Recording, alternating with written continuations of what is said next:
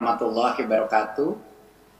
Terima kasih untuk kesempatan untuk bisa memaparkan sosialisasi kebijakan bantuan operasional sekolah dan dana alokasi khusus fisik tahun 2021. Ini merupakan hari yang sangat istimewa karena walaupun kebijakan ini ada sifatnya teknis, tapi dampak kepada daerah-daerah kita yang paling membutuhkan dana bantuan, terutama di daerah 3T, ini sangat transformasional untuk mereka. Jadi ini hari yang sangat mengembirakan bahwa kita bisa menjunjung tinggi keadilan sosial bagi seluruh rakyat Indonesia dengan suatu kebijakan anggaran yang afirmatif, yang benar-benar mengikuti kebutuhan daripada daerah-daerah yang lebih membutuhkan. Jadi itu merupakan suatu kebijakan, perubahan kebijakan yang sangat penting menurut saya hari ini. Izinkan saya melakukan paparan mengenai apa saja isi daripada perubahan kebijakan BOS dan DAK tahun 2021. Berikut, kita ada dua sesi di sini. Satu adalah mengenai kebijakan BOS, kedua adalah mengenai kebijakan DAK. Yang pertama akan saya kelahi adalah yang kebijakan mengenai BOS di tahun 2021. Berikut. Di tahun 2020, kita seperti yang kita tahu episode Merdeka Belajar sebelumnya, kita telah menyalurkan langsung kepada rekening sekolah. Dan ini merupakan suatu reformasi ya penganggaran dana BOS kita yang luar biasa positif dampaknya kepada para sekolah-sekolah dan Pemda kita. Kita berhasil mengurangi keterlambatan pengiriman dana BOS sebesar 32%. Atau dalam ukuran waktu itu sekitar 3 minggu lebih cepat. Rata-rata 3 minggu lebih cepat dibandingkan dengan tahun 2019. Ini dampaknya luar biasa. Banyak sekali orang tua yang dulu diminta untuk ditalangi dulu biaya operasional sekolah. Sementara karena proses administratif yang menimbulkan ketundaan, penundaan daripada penerimaan dana BOS, ini udah tidak terjadi lagi. Jadi dengan transfer ini kita telah mengurangi keterlambatan sekitar 32%, sepertiga daripada keterlambatan itu sudah kita kurangi atau kita menghemat waktu sekitar 3 minggu. Dampak kepada ekonomi masyarakat setiap sekolah juga sangat besar, di mana sekolah punya anggaran tepat waktu dan tentunya untuk kualitas untuk pembelajaran. Dan kami pun mensurvei semua kepala sekolah, banyak sekali kepala sekolah, dan kami juga mensurvei kepala dinas dan representatif Pemda, dinas pendidikan di provinsi dan di kabupaten. Dan surveinya luar biasa. Dalam survei ini 85,5% responden sekolah dan 96% daripada responden pemerintah daerah memandang penyaluran BOS langsung ke rekening sekolah ini sangat memudahkan atau sangat memudahkan. Seperti yang kelihatan tuh, yang biru tua itu memudahkan, yang biru muda itu sangat memudahkan. Jadi ini adalah suatu breakthrough ya, policy yang kita lakukan sebelumnya di tahun 2020, dan ini menjadi motivasi untuk Kemendikbud terus melakukan optimalisasi daripada reformasi kebijakan anggaran. Berikut. Di tahun 2021 kita menyediakan dana BOS kepada sekitar 216.000 satuan pendidikan dengan alokasi sebesar 52 T. Bisa terlihat di sini di dalam halamannya pembagiannya antara setiap jenjang SD, SMP, SMA, SMK, dan SLB. Ya, totalnya untuk tahun 2021 sekitar 52,5 triliun. Berikut. Ada 3 pokok-pokok kebijakan dalam bantuan operasional sekolah di tahun 2021 ya. 3 hal yang harus kita ingat. Yang pertama adalah nilai satuan biaya BOS itu bervariasi. Tadinya semuanya sama, tergantung per anak saja. Dan sekarang setiap area, setiap kabupaten dan daerah dan setiap sekolah itu ada variasinya ya. Jadinya nilai satuan biayanya berubah, terdiferensiasi. Kedua adalah penggunaan dana BOS masih tetap fleksibel, masih mengikuti pedoman penggunaan dan juknis dana BOS di masa pandemi ini untuk mempermudah berbagai macam kebutuhan yang dibutuhkan masing-masing sekolah. Dan yang ketiga adalah pelaporan dana BOS ini dilakukan secara daring. Jadi kita ada transformasi metode pelaporan, dan nanti kita akan juga membahas dampaknya apa terhadap pelaporan daring ini. Ya, jadi 3 pokok kebijakan. Satu adalah unit per anaknya itu bukan seragam tapi terdiferensiasi ya. Kedua adalah masih fleksibel penggunaan dana BOS. Dan ketiga adalah sistem pelaporannya adalah menggunakan teknologi sekarang secara online. Silakan berikut. Jadi yang pertama dan yang terbesar dan berita terbaik bagi banyak sekali daerah-daerah, terutama daerah-daerah terluar tertinggal di Indonesia adalah satuan biaya BOS tidak lagi seragam. Satuan biaya BOS itu ada variasinya, ya, ada rentang nilai satuan biaya peserta didik, ya. Jadinya contohnya yang sebelumnya SD semuanya dipukul rata di 900.000 per anak, sekarang di SD ada sekitar dari 900.000 bisa sampai dengan 1,9 juta, ya. Dan ini adalah tergantung dari beberapa faktor lainnya, ya. Jadinya sekarang ada diferensiasi yang lebih afirmatif. Berikut. Diferensiasi ini menimbulkan beberapa contoh yang bisa kita tunjukkan. Diferensiasi ini ditentukan berdasarkan daerahnya itu susah tercapai, indeks kemahalannya seperti apa. Sekarang bayangkan, sebelumnya kita tidak mengambil faktor bahwa untuk membangun sesuatu di daerah tertentu bisa saja 1,5 kali lebih mahal daripada daerah lainnya, gitu. Dan kita tidak mengikuti faktor-faktor ini. Jadi sehingga sekolah-sekolah yang kecil, sekolah-sekolah di daerah yang lebih terluar dan tertinggal, itu mereka yang paling dirugikan.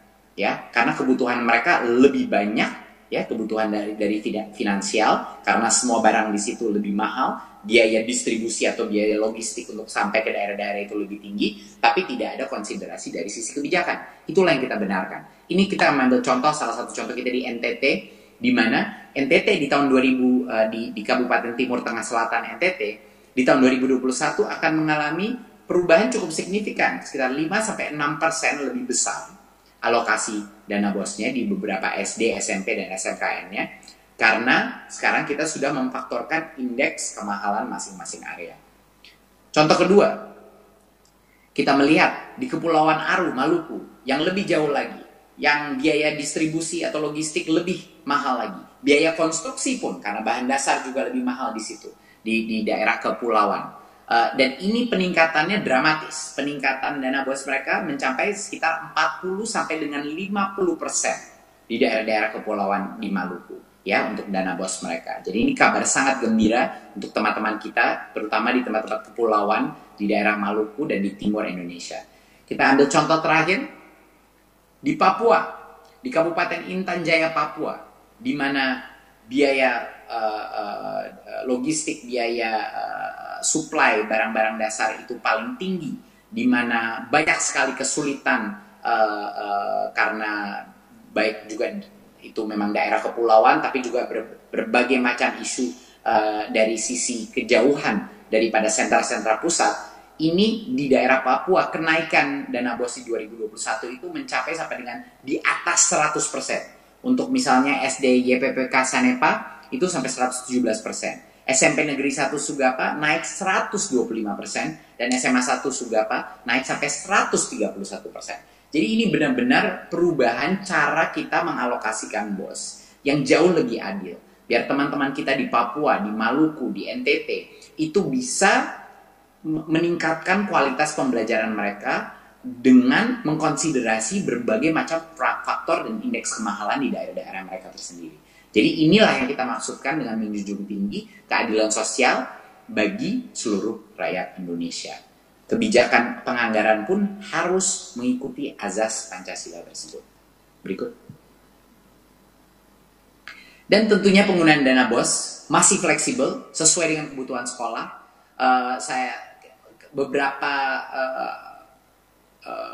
Penggunaan daripada dana BOS ini adalah yang terpenting, apalagi di masa pandemi ini. Pertama adalah kita masih memberikan fleksibilitas pembayaran honor kepada guru-guru honorer. Di masa ini masih diberikan fleksibilitas, ya. Dan honor dapat diberikan kepada tenaga pendidikan apabila dana masih tersedia. Jadi kita berikan fleksibilitas bagi kepala sekolah, diskresi bagi kepala sekolah untuk memberikan honor kepada guru-guru yang paling layak menerima. Dan juga tentunya di mana saat ini kita sudah masuk dalam proses pelaksanaan tatap muka dan semakin banyak sekolah semakin setiap minggu mulai melakukan tatap muka. Dana BOS bisa dan kami anjurkan untuk digunakan untuk segera mengakselerasi proses tatap muka untuk memenuhi segala kebutuhan protokol kesehatan seperti kesediaan sanitasi, masker, termogan, dan berbagai macam kebutuhan untuk memenuhi daftar periksa pembelajaran tatap muka. Dan tentunya karena asesmen nasional akan dilaksanakan tahun ini, pembiayaan apapun honor transportasi dan pelaksanaan AN itu juga bisa digunakan di dana BOS. Saya baru saja kembali dari Papua dan ini sangat tepat sebenarnya waktunya dengan pelaksanaan kebijakan ini. Karena dengan adanya fleksibilitas dana BOS, saya dengar dari banyak teman di Pulau Dom di Papua Barat, itu mereka menceritakan bahwa salah satu isu utama mereka adalah transportasi antara kepulauan, transportasi baik anak maupun transportasi guru, dan bagaimana mereka bisa menggunakan ini. Dengan adanya fleksibilitas dana BOS dan peningkatan yang cukup dramatis untuk daerah-daerah 3T seperti ini, teman-teman kita di sekolah-sekolah di daerah-daerah kepulauan bisa menggunakan dana BOS ini untuk transportasi murid-muridnya dan guru-gurunya karena lebih fleksibel dan juga satuan unit pembiayaannya sudah meningkat. Jadi ini benar-benar merupakan suatu solusi daripada kebutuhan masing-masing sekolah di daerah-daerah paling terluar yang mungkin sangat variatif kebutuhan mereka yang paling urgen. Berikut. Di tahun 2020, kebijakan mewajibkan pelaporan penggunaan BOS itu menjadi persyaratan penyaluran. Jadinya kalau tidak ada pelaporan yang dilakukan di kuartal sebelumnya, ya kita tidak akan bisa melepaskan BOS yang berikutnya. Dan apa yang terjadi, Bapak Ibu, apa yang terjadi adalah sesuatu yang cukup luar biasa. Walaupun kita telah memberikan fleksibilitas dalam penggunaan dana BOS, dan walaupun kita sudah melakukan transfer langsung kepada sekolah, pelaporan yang sekarang bisa dilakukan lewat online meningkat secara dramatis. Ya, pelaporannya itu meningkat secara dramatis. Di BOS tahap 1, peningkatan di tahun 2018 itu cuma 26% yang melakukan pelaporan, 2019 48%, tapi di 2020 70,7% sekolah melaporkan penggunaan BOS tahap 1. Ini suatu transformasi yang cukup luar biasa di dalam transparansi penggunaan dan pelaporan dana kita. Pada bulan Desember 2020, angka itu mencapai 99%. 99% daripada semua sekolah melaporkan penggunaan BOS tahap 1. Ini luar biasa. Di tahun 2018 cuma 36%. 2019 cuma 61%. Tapi di 2020, karena kebijakan baru kita dan pelaporan secara online yang lebih mudah dilakukan, kita mencapai 99,1% pelaporan dana BOS. Jadinya dengan semua fleksibilitas yang kita berikan, tetap saja akuntabilitas dan transparansi menjadi harga mati daripada kebijakan anggaran kita. Dan karena kita menggunakan teknologi dan pelaporan online, akuntabilitas dan transparansi daripada penggunaan dana BOS juga meningkat secara dramatis. Berikut. Nah, pelaporan ini bisa dilakukan secara daring dan menjadi syarat daripada penyaluran. Seperti yang saya bilang sebelumnya, mekanismenya pelaporannya adalah melalui laman kita bos.kemdikbud.go.id dan menjadi syarat daripada penyaluran. Jadi kalau tidak ada pelaporan tersebut, penyaluran berikutnya tidak bisa dilakukan. Ya, jadi penyaluran tahap 1 dilakukan setelah sekolah menyampaikan laporan untuk sekolah tahap 2 tahun sebelumnya, lalu tahap 2 dilakukan setelah mereka sudah melaporkan dan seterusnya. Jadinya benar-benar suatu hal yang mandatori, suatu hal yang kami haruskan bahwa pelaporan ini menjadi suatu kondisi untuk bisa menerima dana berikutnya. Dan itulah salah satu alasan dan dengan menggunakan teknologi sehingga bisa meningkat level pelaporan daripada dana BOS di seluruh sekolah di Indonesia. Berikut. Sekarang kita akan bicarakan kebijakan dana alokasi khusus fisik tahun 2021. Berikut.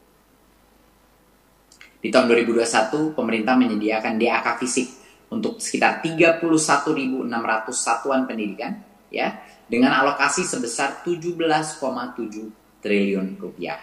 Di sini terlihat pembagiannya berdasarkan jenjang. Berikut. Ada 3 pokok kebijakan. Yang pertama adalah fokus kepada ketuntasan sarana dan prasarana pendidikan, ya, pemenuhan ini dilakukan secara menyeluruh untuk semua kebutuhan prasarana sekolah. Jadinya whole school approach, jadinya bukan cuman pagar-pagar dan pintunya saja atau ruang gedung kelas, tapi secara holistik. Kedua adalah pelaksanaannya bersifat kontraktual, jadi kepala sekolah tinggal fokus kepada proses pembelajaran dan tidak harus melaksanakan kegiatan rehabilitasi dan pembangunan prasarananya sendiri. Dan ketiga adalah pelibatan Dinas PUPR. Dinas PUPR di masing-masing daerah yang akan melakukan asesmen kerusakan dan meningkatkan validitas data sarana prasarana sekolah. Jadi sekarang ada tim profesional yang akan melakukan asesmen, evaluasi, dan juga memonitor dan mengevaluasi pekerjaan yang dilaksanakan. Berikut. Nah, di tahun 2020 fokus kita adalah untuk menyasar sebanyak mungkin sekolah yang membutuhkan rehabilitasi, ya, yang ada rusak berat, rusak ringan, dan lain-lain. Dan pemenuhan ini dilakukan secara parsial, jadinya menyebar ke banyak sekolah. Di tahun 2021 kita sedikit berubah strateginya. Strateginya adalah untuk memastikan setiap sekolah itu selesai. Pemenuhan itu dilakukan secara holistik, menyeluruh sesuai kebutuhan sarana prasarana masing-masing sekolah. Dan harapannya dampaknya adalah walaupun sasaran sekolah kita lebih mengecil, tapi seluruh permasalahan sarpras di sekolah itu tuntas dan selesai. Itu adalah harapan kita dengan perubahan strategi ini, agar dipastikan kalau kita bantu itu sekolah itu benar-benar sampai tuntas kebutuhan sarana prasarananya dan berbagai macam rehabilitasi yang dibutuhkan. Berikut. Nah, dana alokasi fisik menunya di 2021 untuk ketuntasan sarana prasarana sekolah. Jadi apa saja sebenarnya yang bisa dilakukan sebagai yang kita maksudkan dengan whole school, ya. Menu ini meliputi bukan hanya rehab, tapi pembangunan ruang keras, perpustakaan, ruang guru, toilet, laboratorium, ruang praktek, UKS, rumah dinas guru, ruang ibadah, dan ruang pembelajaran inklusi. Penyediaan sarana pendidikan juga rincian menu ini meliputi semua pengadaan alat laboratorium, peralatan praktek utama, dan media pembelajaran termasuk alat-alat TIK. Jadi benar-benar diberikan menu yang jauh lebih fleksibel. Berikut. Pengadaan secara kontraktual ini kita banyak sekali mendengar komplain-komplain dari beberapa waktu saya mengunjungi berbagai macam kepala sekolah. Banyak yang mengkomplain bahwa sistem swakelola ini benar-benar membebankan kepala sekolah. Banyak dari mereka yang tidak tahu mungkin secara prosedural bagaimana, ada pihak-pihak oknum yang juga mengganggu mereka. Jadinya ini menjadi suatu beban mental dan beban administratif bagi banyak sekali kepala sekolah. Jadi kita di tahun ini pindah dari sistem swakelola ke sistem kontraktual, di mana yang akan dilakukan ini dilaksanakan oleh Dinas Pendidikan, ya, dengan penyedia dan manajemen terpusat di Dinas Pendidikan agar sekolah tidak terbebani dengan semua urusan pengadaan barang dan jasa dan juga peralatan itu disediakan oleh penyedia. Jadi dalam pelaksanaan dibutuhkan peralatan khusus kontraktor bisa mendatangkan dari daerah lain. Dan dari sisi waktu ini ada jaminan ketepatan penyelesaian. Jadi paling tidak ada faktor waktu dan suatu komitmen dari pemerintah daerah, dari Dinas Pendidikan kapan bisa diselesaikan, dan harapannya hasilnya kualitas bangunan juga lebih baik dan juga efisiensi juga lebih baik. Berikut. Kita juga akan melibatkan Dinas PUPR untuk meningkatkan validitas data sarana prasarana sekolah.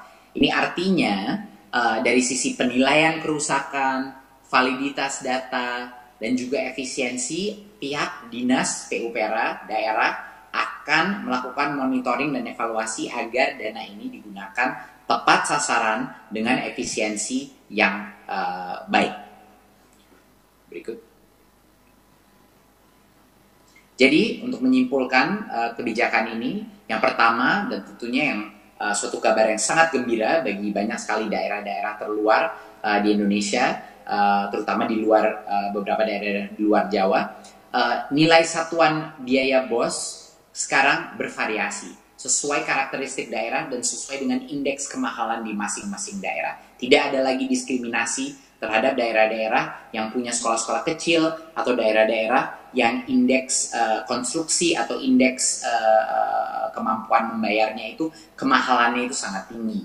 Dan yang kedua adalah penggunaan dana BOS ini masih fleksibel seperti di situasi pandemi seperti ini untuk segala macam kebutuhan sekolah, terutama untuk persiapan untuk tatap muka. Dan yang ketiga adalah untuk pelaporan penggunaan BOS ini dilakukan secara daring yang meringankan beban administratif dari masing-masing sekolah dan meningkatkan level transparansi yang sudah cukup luar biasa. Teman-teman kita di Maluku, di NTT, di Papua akan menerima alokasi BOS yang jauh lebih besar secara total dari yang sebelumnya.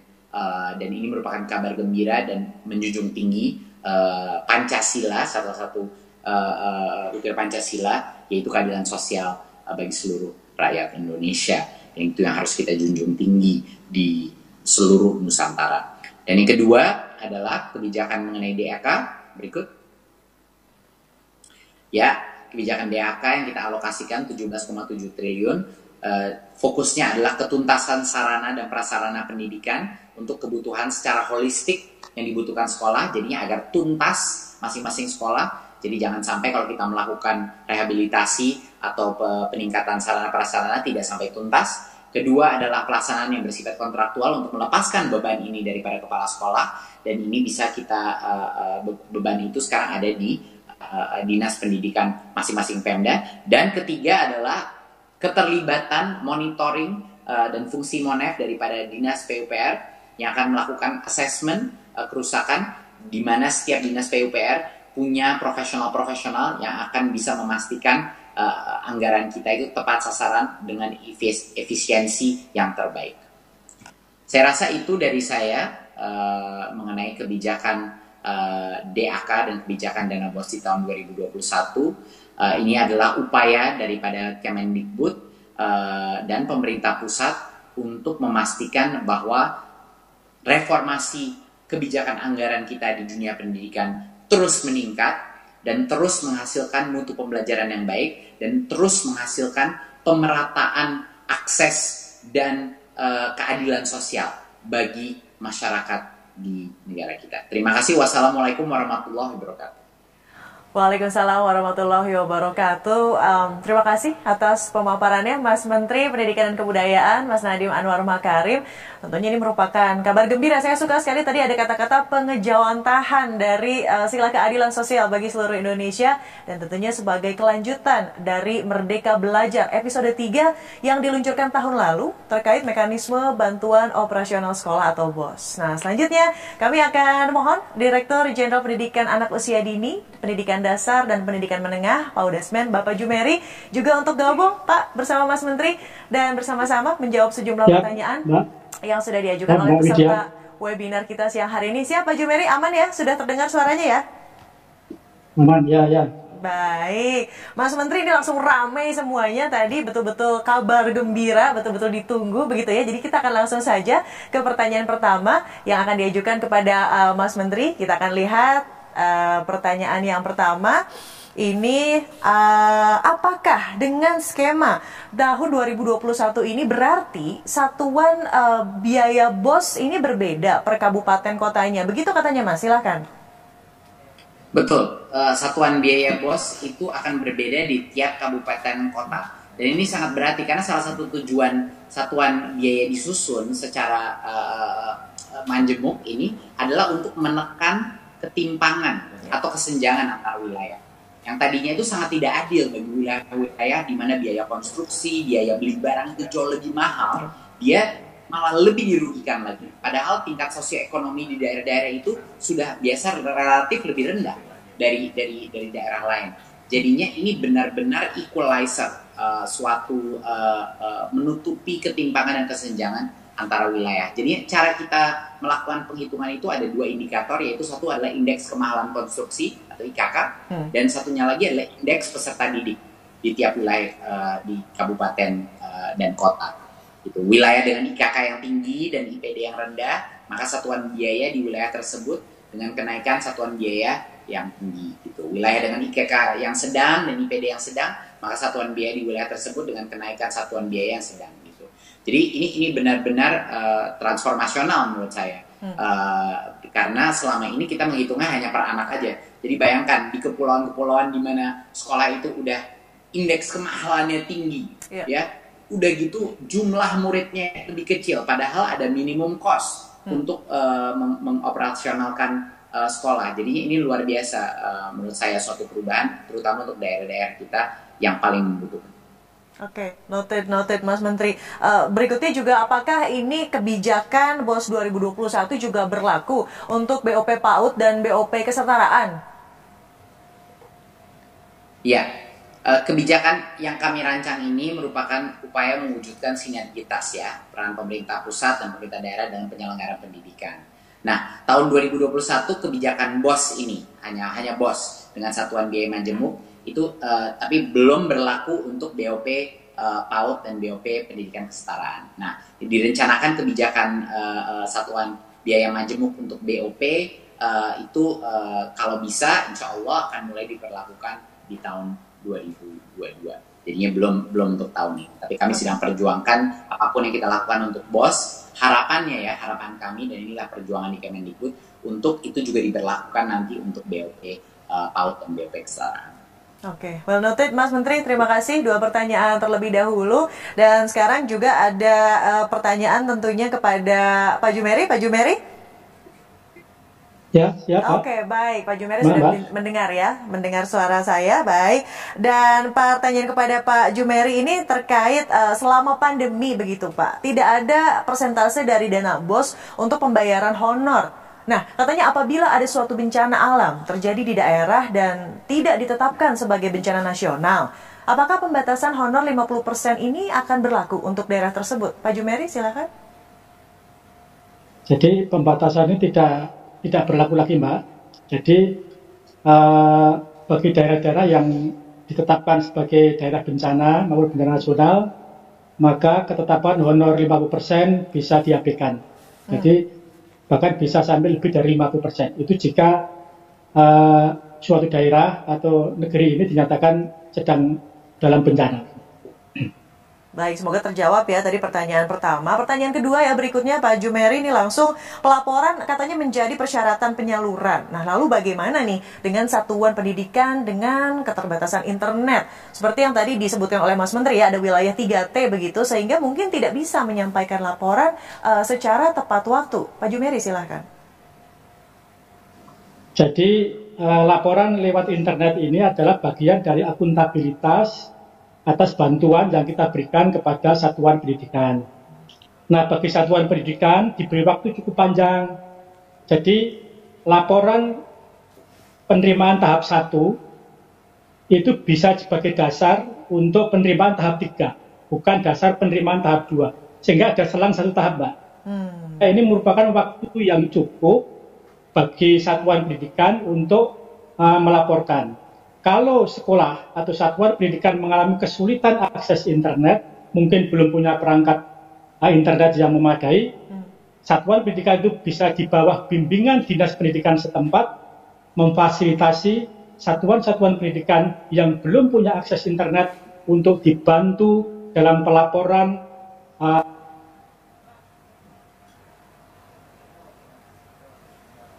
Ya, mohon maaf, kami sepertinya mengalami gangguan teknis, Pak Jumeri.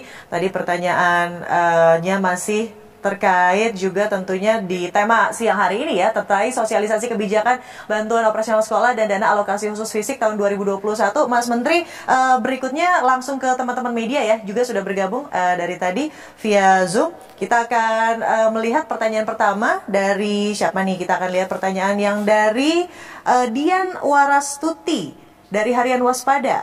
Nah, katanya untuk sekolah swasta kan katanya banyak sekali yang terancam tutup karena orang tua yang tidak sanggup untuk membayar uang SPP, Mas Menteri. Apakah ada afirmasi khusus lewat BOS untuk sekolah swasta? Silakan. Iya, jadi ini untuk mengingatkan masyarakat bahwa dana BOS itu bukan hanya untuk sekolah negeri. Dana BOS itu untuk semua sekolah ya, baik sekolah swasta maupun sekolah negeri. Jadi dalam pelaksanaannya pengelolaan dana BOS itu persis sama di sekolah negeri dan sekolah swasta, tidak ada afirmasi khusus. Jadi dana BOS ini juga dapat digunakan untuk membiayai apapun operasional sekolah, termasuk gaji guru non-ASN. Jadinya pasti apalagi di daerah-daerah yang paling membutuhkan, ya daerah-daerah dengan tingkat sosioekonomi dan yang lebih rendah dan indeks kemahalan yang lebih tinggi, reformasi dana BOS ini dan peningkatan biaya satuannya itu akan sangat membantu baik sekolah negeri maupun sekolah swasta. Oke, noted. Pertanyaan berikutnya dari Indri nih, Mas Menteri LKBN Antara. Bagaimanakah dengan sekolah yang jumlahnya mungkin siswanya sedikit dan besaran satuan daerahnya kecil? Apakah katanya tidak dirugikan dengan mekanisme seperti itu? Enggak. Khusus sekolah dengan jumlah peserta didik kurang dari 60 anak di daerah khusus yang ditetapkan oleh Kemendikbud itu diberikan afirmasi khusus, yakni alokasi dana BOS setara dengan 60 peserta didik. Jadi kita memastikan bahwa minimum fee, minimum operational cost untuk mengelola sekolah itu terjamin dan terjaga. Oke, jadi ekosistemnya sangat sehat begitu ya untuk pendidikan yang lebih baik kepada Indonesia. Sekali lagi boleh kita tepuk tangan loh.